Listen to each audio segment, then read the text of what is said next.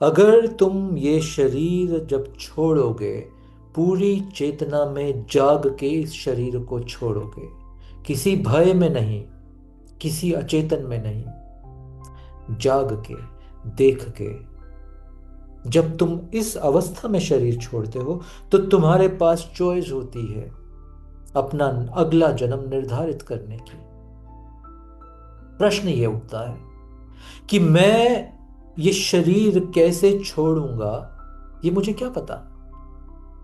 मैं ये शरीर जाग के छोड़ पाऊंगा या नहीं, इसका मुझे क्या मालूम। बट उसका फॉर्मूला है। अगर तुम अपना जीवन जाग के जी रहे हो तो तुम्हारे भीतर ये बल आ जाएगा कि तुम इस जीवन को जब त्यागोगे तो जाग के त्यागोगे। गुरुदेव, अगला प्रश्न प्रतिभा पारिक जी बेंगलुरु से पूछ रही हैं। क्या अपनी प्रारब्ध के प्रभाव को कम किया जा सकता है जब आपको पता हो कि आपकी मृत्यु निकट है?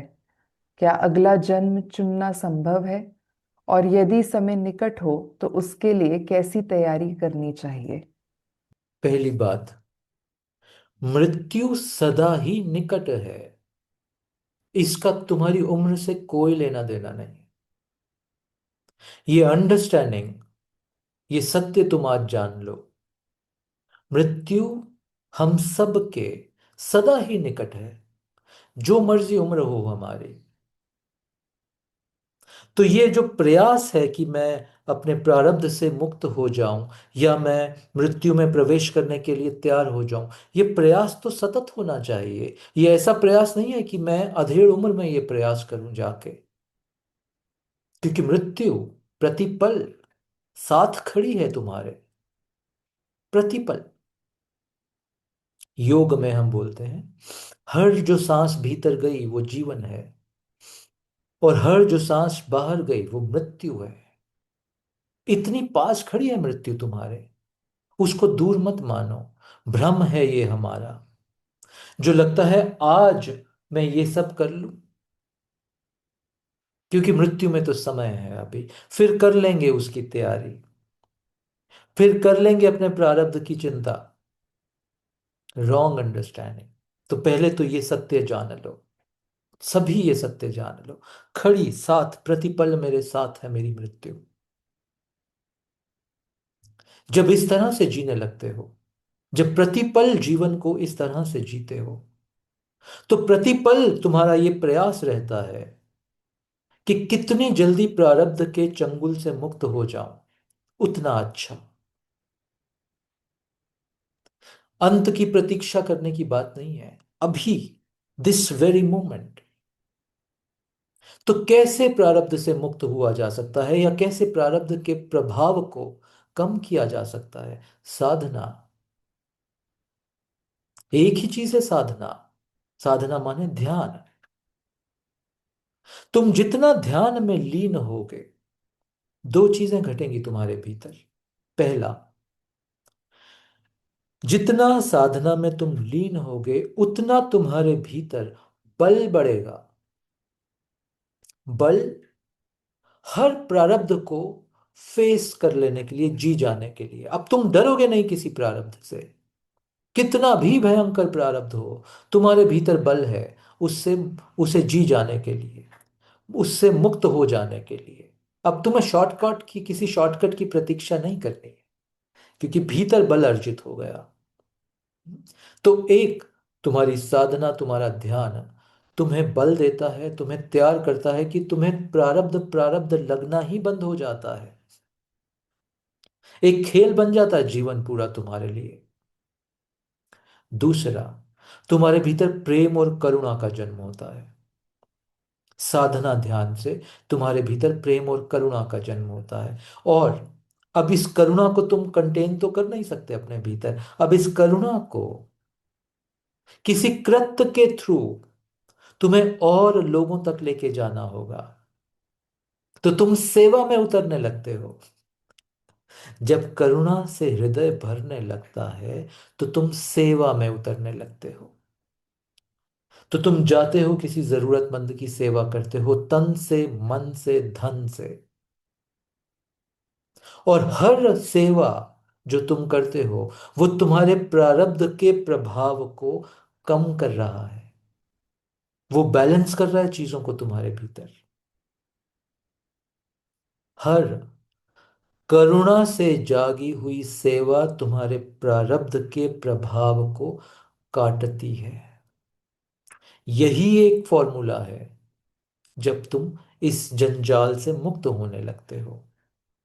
और ये तुम्हें जीवन में प्रतिपल करना है, किसी अंत की प्रतीक्षा नहीं करनी। दूसरा प्रश्न तुमने इसी में पूछा कि क्या अपना अलग जन्म, अगला जन्म चुना जा सकता है? हाँ, चुना जा सकता है। कैसे? अगर तुम अपना शरीर पूरी चेतना में जाग के छोड़ोगे तो अगला जन्म तुम निर्धारित कर सकते हो।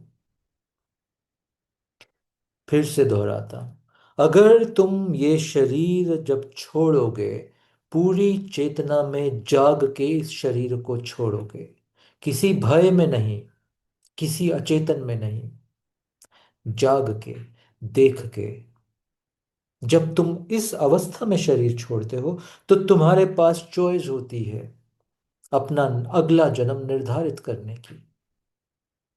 प्रश्न ये उठता है कि मैं ये शरीर कैसे छोड़ूंगा? ये मुझे क्या पता? मैं ये शरीर जाग के छोड़ पाऊंगा या नहीं, इसका मुझे क्या मालूम? बट उसका फॉर्मूला है। अगर तुम अपना जीवन जाग के जी रहे हो तो तुम्हारे भीतर ये बल आ जाएगा कि तुम इस जीवन को जब त्यागोगे तो जाग के त्यागोगे। शुरू कहां से हो रही है ये बात? प्रतिपल क्या तुम जाग के जी रहे हो? क्या तुम अपनी चेतना को बलवान कर रहे हो?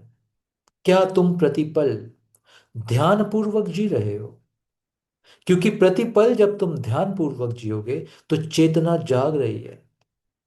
और अब ये इतनी जाग जाएगी कि अंतिम क्षण में भी ये चेतना एकदम जागरूक जागी रहेगी, ये एक एक श्वास को देखेगी। और ये गया अंतिम श्वास, अब मैं जाता हूं।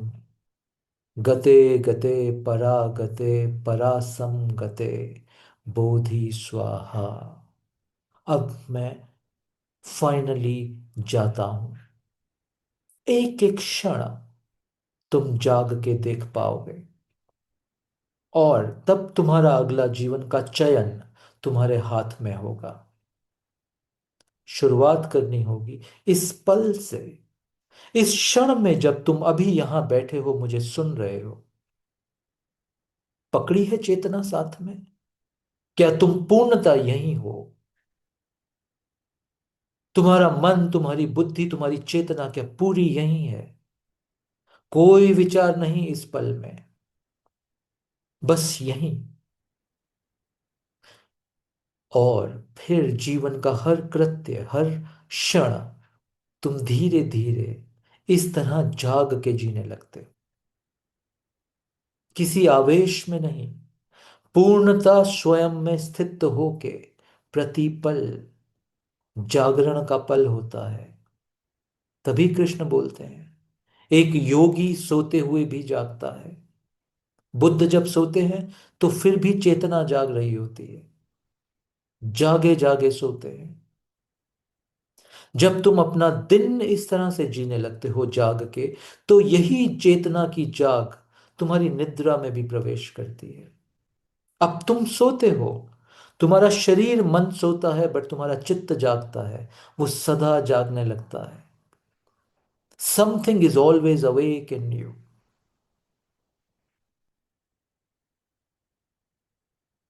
ये जो फोर्थ स्टेट ऑफ कॉन्शियसनेस होती है ना, जिसको तुर्य अवस्था बोलते हैं, अब तुम जागते हुए भी तुर्या में होते हो, सोते हुए भी तुर्या में होते हो, प्रतिपल जागे होते हो तुम।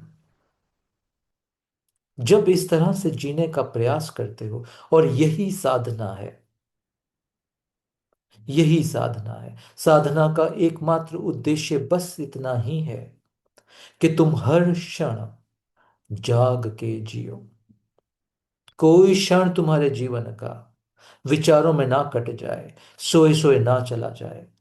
प्रतिपल एक ये कप भी उठाया, मैकेनिकल नहीं है ये जाग के उठाया। आ ये जल ग्रहण किया, कंठ पे महसूस किया इस जल को पूरा भीतर जाते हुए, जाग के देखा इस जल की गति को भी। एक एक क्षण तुम उस जागरूकता में बिताते हो। यही साधना है, यही ध्यान है। फिर सारा एक्शन, तुम्हारा व्यापार, तुम्हारा संबंध, तुम्हारा जो भी जीवन में तुम करते हो, तुम इसी जागरूकता की अवस्था से करते हो। सब करते हो जीवन में जो पहले करते थे। कोई टास्क नहीं बदलता, कोई टास्क नहीं बदलता, कोई बाहरी परिवर्तन नहीं दिखेगा किसी को। भीतर कुछ जागने लग गया। तुम भोजन बनाते हो, झाड़ू लगाते हो, व्यापार करते हो, कार चलाते हो, मित्रों से बात करते हो, परिवार का ध्यान रखते हो, सब पहले जैसा, बाहरी रूप से। बट भीतरी रूप से अब तुम्हारी वाणी में जागरूकता आ गई। अब एक एक शब्द जाग के निकल रहा है। कोई शब्द ऐसा नहीं होगा जो तुमने बोल दिया अपनी अज्ञानता में और बाद में पछताए कि अरे ये क्यों बोला मैंने। तुम्हारा एक एक शब्द तुम्हारी जाग से निकलता है। तुम्हारा एक एक कृत्य इस जाग से उत्पन्न होता है। तुम्हारा एक एक विचार भी इसी जागरूकता की अवस्था से उत्पन्न होता है। और जब तुम चाहो कि विचार उत्पन्न ना हो तो वो विचार रुक जाता है वहीं। ऐसे धीरे धीरे तुम्हारी चेतना जागने लगती है और तुम बुद्धत्व में प्रवेश करते हो। और फिर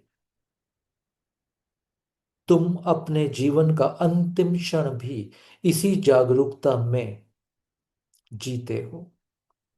और फिर अगला क्या तुम्हें जीवन धारण करना है, उसका चयन तुम्हारे पास होता है। ये जागरूकता का खेल है सारा। इस पल से शुरू करो, आज से शुरू करो। इस ध्यान की साधना में उतरो।